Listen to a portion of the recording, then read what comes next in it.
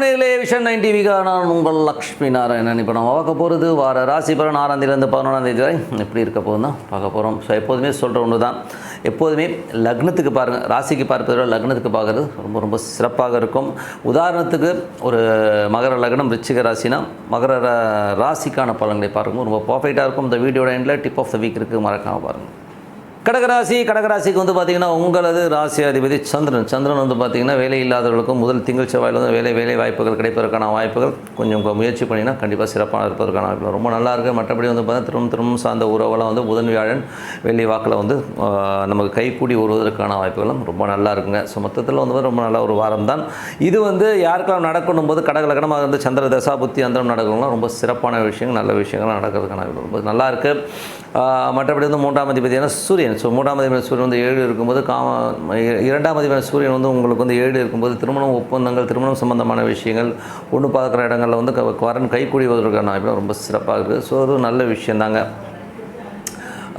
மற்றபடி வந்து பார்த்திங்கன்னா உங்களுக்கு 3ஆம் அதிபதியான புதன். ஸோ 3ஆம் அதிபதியான புதன் வந்து உங்களுக்கு வந்து 7 இருக்கின்ற ஒரு காலகட்டம். ஸோ அது வந்து பார்த்திங்கன்னா புதன் வந்து நல்ல ஒரு ரீதியில் தான் வருது. ஏன்னா வந்து உங்களுக்கு வந்து 3 மற்றும் 12 7 போது நிறைய பிரயாணங்கள் இருக்கும். வேலை வியாபாரம் சம்மந்தமான விஷயம், நிறைய பிரயாணங்கள் மேற்கொள்வதற்கான வாய்ப்புகள் நிறைய இருக்குது. கொஞ்சம் பிரயாணங்கள் கொஞ்சம் அலைச்சல்கள், கொஞ்சம் ஸ்ட்ரெஸ் இருந்தாலும் அது வருமானம் கண்டிப்பாக வருமானம் நல்ல ஒரு பேர் கிடைக்கிறதுக்கான வாய்ப்புலாம் ரொம்ப நல்லா இருக்குது. இதில் வந்து பார்த்திங்கன்னா மேஜராக வந்து பார்த்தோம்னா உங்களுக்கு வந்து குழந்தைகள் ஆன்மீகமாக சம்மந்தமான விஷயங்களும் சில பேர் பிரயாணம் பண்ணுறதுக்கான வாய்ப்புகள் ரொம்ப நல்லாயிருக்கும். ஸோ அதெல்லாமே ரொம்ப சிறப்பு தான். அதுக்கப்புறம் பார்க்கும்போது உங்களது 4ஆம் அதிபதி சுக்கிரன் வந்து பார்த்திங்கன்னா உங்களுக்கு வந்து 6 இருக்கின்ற ஒரு காலகட்டம் வேலை சம்மந்தமான விஷயங்கள்லாம் ரொம்ப சிறப்பாக இருக்கும். யாருக்கெல்லாம் வந்து கடக லக்னமாக வந்து சுக்கிர தசா புத்தி அந்தரம் நடக்குதோ ஸோ அவங்களுக்கு வந்து ஒரு பெருத்த லாபங்கள் சொத்துக்களாலும் தாயார் சம்மந்தமான விஷயங்கள் நல்ல லாபங்கள் வருவதற்கான வாய்ப்புலாம் ரொம்ப சிறப்பாக இருக்குது. ஸோ அது எல்லாமே ரொம்ப நல்ல விஷயந்தான். வண்டி வாகனங்கள் வாங்குறதுக்கான யோகங்களும் சில பேருக்கு வருவதற்கான வாய்ப்புலாம் ரொம்ப நல்லா இருக்குது. ஸோ அது சிறப்பு. அது வந்து லோன் கிடைக்குமா, வண்டி வாகனம் வாங்குறதுக்கு ஒரு வீடு சம்மந்தமான விஷயங்கள் லோன் கிடைக்குமா, கண்டிப்பாக கிடைப்பதற்கான வாய்ப்பு ரொம்ப நல்லாயிருக்கு. ட்ரை பண்ணி பாருங்கள்.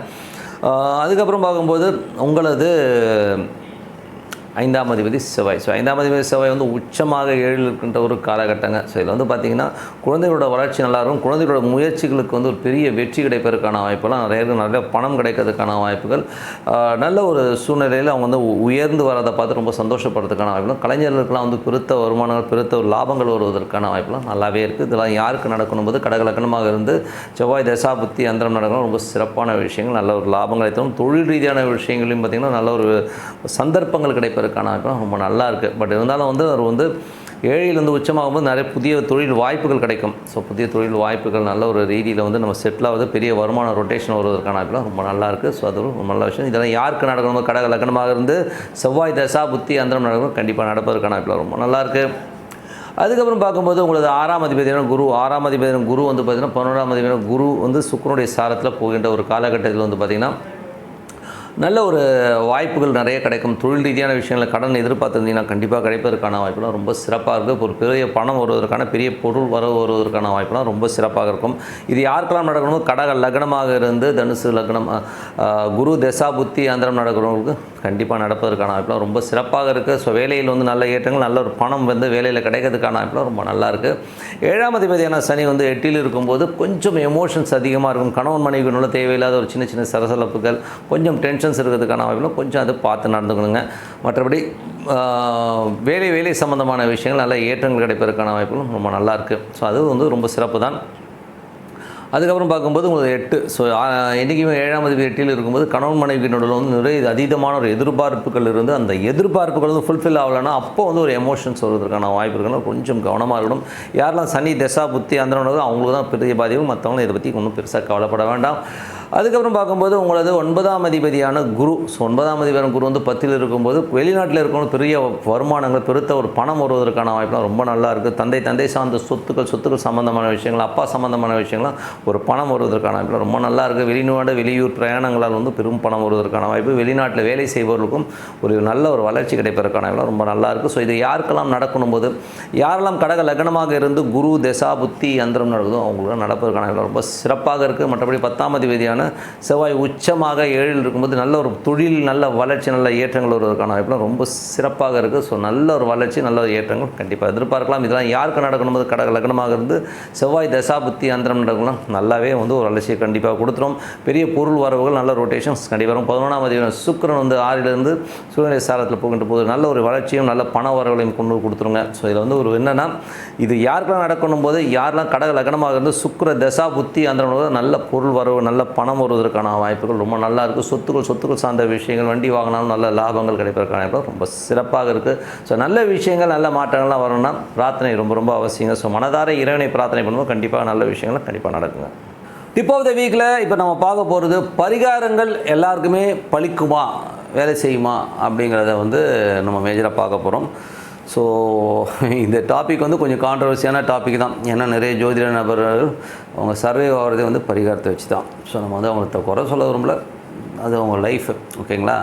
ஸோ இப்படி இருக்கும்போது பரிகாரங்கள் யாருக்கு பலிக்கும், யாருக்கு பலிக்காது, மேஜராக வந்து எங்கே பலிக்காதுன்றதை சொல்லிடுவோம். ஸோ பலிக்காதுன்னு பார்க்கும்போது ஜென்ரலாக வந்து நீங்கள் பரிகாரம் செய்கின்ற ஒரு கிரகம் ஒரு 7ஆம் இடம்னும்போது திருமணம் சார்ந்த விஷயங்களை ஒரு பரிகாரம் பண்ண போகிறேன் அப்படின்னும்போது அந்த 7ஆம் அதிபதி 8ல் இருந்தால் அந்த பரிகாரம் பலிக்காது. ஸோ 7ஆம் அதிபதி 8ல் இருந்தால் அந்த பரிகாரம் பலிக்காது. அது வந்து எந்த வித மாற்றமும். அதே மாதிரி வந்து அந்த 7ஆம் அதிபதி செவ்வாயோட நட்சத்திரத்துலேயோ செவ்வாயோ கூடவோ இருந்ததுன்னா அந்த பரிகாரம் பலிக்கவே பலிக்காது. ஸோ அதனால் வந்து அது ஒரு விஷயம். அது மட்டும் இல்லாமல் உங்களோட ஜாதகத்தில் ஜனனகால ஜாதகத்தில் 8ஆம் அதிபதியோட தொடர்போ 8ஆம் அதிபதியோட நட்சத்திரத்துலேயோ வந்து ஒரு கிரகம் இருந்து அதுக்கு நீங்கள் பரிகாரம் பண்ணிங்கன்னா அந்த பரிகாரம் பலிக்கவே பலிக்காது. அதில் வந்து என்ன ஆகுனா இன்னும் கான்ட்ரவர்சி வந்து அதிகப்படுத்தி விட்ருன்றது தான் உண்மையான விஷயம். ஸோ நிறைய பேர் வந்து பரிகாரம் பண்ணும்போது ஒரு லிஸ்ட்டு போட்டு ஒரு ப்ரொவிஷன் கடையில் போய்ட்டு தோரம்பருப்பு 1 கிலோ உளுத்தம்பருப்பு 1 கிலோ லிஸ்ட்டு போடுற மாதிரி போட்டுருவாங்க. பட்டு அவங்க இந்த ஒரு விஷயத்தை கவனிக்க மறந்துடுவாங்கன்றது தான் ரொம்ப கொடுமையான விஷயம். ஸோ நீங்கள் வேணால் பாருங்கள், நிறைய பேர் வந்து பிரயாணங்கள் பண்ணுவாங்க. அந்த பிரயாணங்களில் வந்து பார்த்திங்கன்னா பரிகாரம் பண்ணிட்டு வரும்போது ஆக்சிடென்ட் ஆகுறது, இட உடமாக மாட்டிக்கிறது, இதெல்லாமே வந்து எதனால் நடக்குதுன்னா, ஒன்று இவங்க பரிகாரம் பண்ணுற அந்த நாள் இவங்களுடைய அஷ்டமாதிபதியுடைய நட்சத்திரமோ இல்லை செவ்வாயோடைய காலபுருஷன் 8ஆம் அதிபதியான செவ்வாயோட நட்சத்திரத்துலேயே இருக்கும்போது உங்களுக்கு வந்து அந்த பரிகாரம் பலிக்காது. அது ரொம்ப நெகட்டிவிட்டியான ஒரு விஷயத்தை தேவையில்லாத ஒன்றை பண்ணி நம்மளே விலைக்கு வாங்கிக்கிற மாதிரி விஷயங்களை ஏற்படுத்துங்கிறது தான் உண்மையான விஷயம். அதனால் வந்து பரிகாரம் பண்ணுறதுக்கு முன்னாடி உங்களது 8ஆம் அதிபதி அஷ்டமாதிபதி உடைய நட்சத்திரங்கள் வர அன்றைக்கி பரிகாரம் பண்ணாமல் இருக்கிறது ரொம்ப நல்லது. அதே மாதிரி வந்து பார்த்திங்கன்னா உங்களுக்கு வந்து அஷ்டமாதிபதி கூடி உங்களுடைய பரிகாரங்கள் பண்ணுற கிரகம் இருந்ததுன்னா அதுக்கும் வந்து பண்ணாமல் இருக்கிறது ரொம்ப நல்லது. ஏன்னா அது வந்து வேலை செய்யாதுங்கிறது தான் உண்மை. அதோடு சேர்ந்து செவ்வாய்ங்கிற ஒரு கிரகம் உங்களுக்கு வந்து பரிகாரத்தை உகந்து வரவே வராது. ஏன்னா அந்த காலபுருஷனுக்கு 8ஆம் அதிபதியாக வந்து அது வந்து செவ்வாயோட கூடி இருக்கிற ஒரு கிரகத்துக்காக நீங்கள் வந்து பரிகாரம் பண்ணிங்கன்னா, இந்த செவ்வாயோட நட்சத்திரத்தில் இருக்கிற ஒரு கிரகத்துக்கு நீங்கள் பரிகாரம் பண்ணிங்கன்னா அந்த பரிகாரம் பலிக்காது அப்படிங்கிறது தான் உண்மையான விஷயம். ஸோ இது வந்து நீங்கள் மைண்டில் வச்சுக்கோங்க. யாராச்சும் சொன்னாங்கன்னா கூட ஒரு 2-3 பேர்கிட்ட கொஞ்சம் விசாரித்து பரிகாரம் பண்ணுறது ரொம்ப ரொம்ப நல்லது. ஏதோ அவர் சொல்லிட்டாரு, அவர் இவருன்னு சொல்லிட்டு நீங்கள் விட்டுட்டிங்கன்னா நாளைக்கு வந்து பிரச்சனை நமக்கு தான். ஸோ அதனால் வந்து தயவு செய்து வந்து பரிகாரம் பண்ணுறதுக்கு முன்னாடி 1-2 முறை பார்த்து அதுக்கான பரிகாரம். ஏன்னா வந்து இப்போலாம் வந்து பரிகார ரேட்டில் வந்து 20,000-30,000 வாங்கிட்டு இருக்காங்க. ஸோ நமக்கு வந்து அதில் பெரிய உடன்பாடு இல்லை. அதனால் பரிகாரம் பண்ணுறதுக்கு முன்னாடி இதை பண்ணுங்கள். ஏன்னா அது காசு கொடுத்து பண்ணதுக்கப்புறம் இது பண்ணிட்டு வரும்போதே நிறைய பிரச்சனைகள் நிறைய பேர் சந்திக்கிறாங்க. அதனால் அதை மைண்டில் வச்சுக்கிட்டு பண்ணுறது ரொம்ப ரொம்ப நல்லதுன்னு சொல்லிட்டு உங்களிடம் விடைபெறுவது உங்கள் லக்ஷ்மி நாராயணன். நன்றி, வணக்கம்.